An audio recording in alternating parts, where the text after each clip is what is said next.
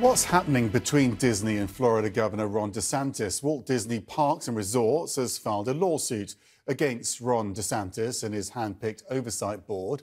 It claims they are carrying out a, quote, targeted campaign of government retaliation and violating Disney's constitutional right to free speech.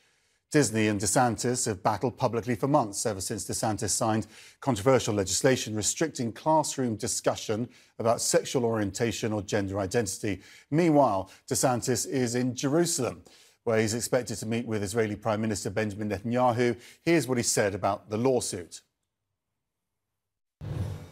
They had no accountability, no transparency, none of that. And that arrangement was not good for the state of Florida.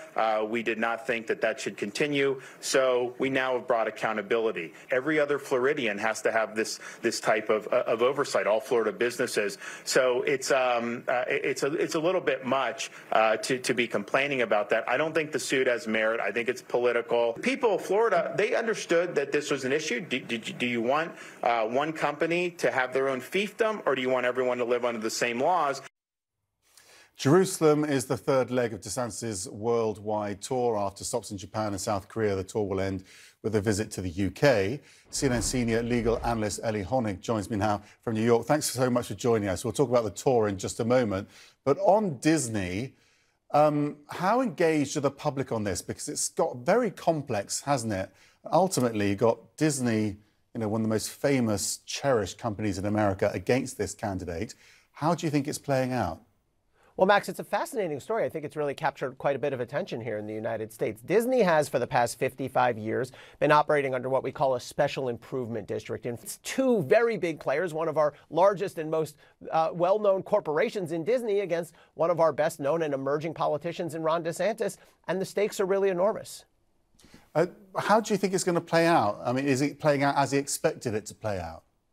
I think politically for Ron DeSantis, no, it's not at all. It seems to be backfiring on him. In fact, several leading Republicans have criticized Ron DeSantis for essentially taking an anti-business, big government position. If you look at the legal merits of the case, I think Disney has quite a strong case. We've only seen the complaint, but they're arguing, first of all, this special improvement district is a result of a contract. We entered into a contract lawfully with the state of Florida. And second of all, I think Disney has quite a strong First Amendment case. They're saying we're being singled out only because we criticize this law. And Ron DeSantis himself has said as much. He has called them woke Disney, and he basically said, I'm going after Disney because they spoke out against me in this law.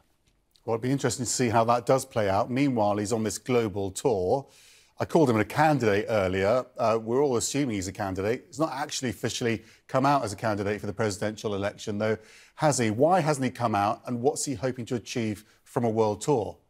Well, clearly the reason he's doing this world tour is to try to burnish his credentials as an international player. He's been the chief executive, but only of a state, of the state of Florida. And this is quite a common thing for people who are looking to make the jump from the governor's office into the presidential race to do, to be seen in foreign countries and hobnobbing with foreign heads of state. Why hasn't he declared yet? That's actually a really good question. Donald Trump has declared. 3 or 4 other Republican candidates have declared. DeSantis was 3 or 4 months ago sort of the darling of the right, and he was seen as the next great hope of the Republican Party and the most likely person to meaningfully challenge Donald Trump. But Donald Trump's been beating him up pretty badly for the last month or two. And frankly, this fight that Ron DeSantis has picked with Disney is not helping him politically either. So we'll see if he comes back and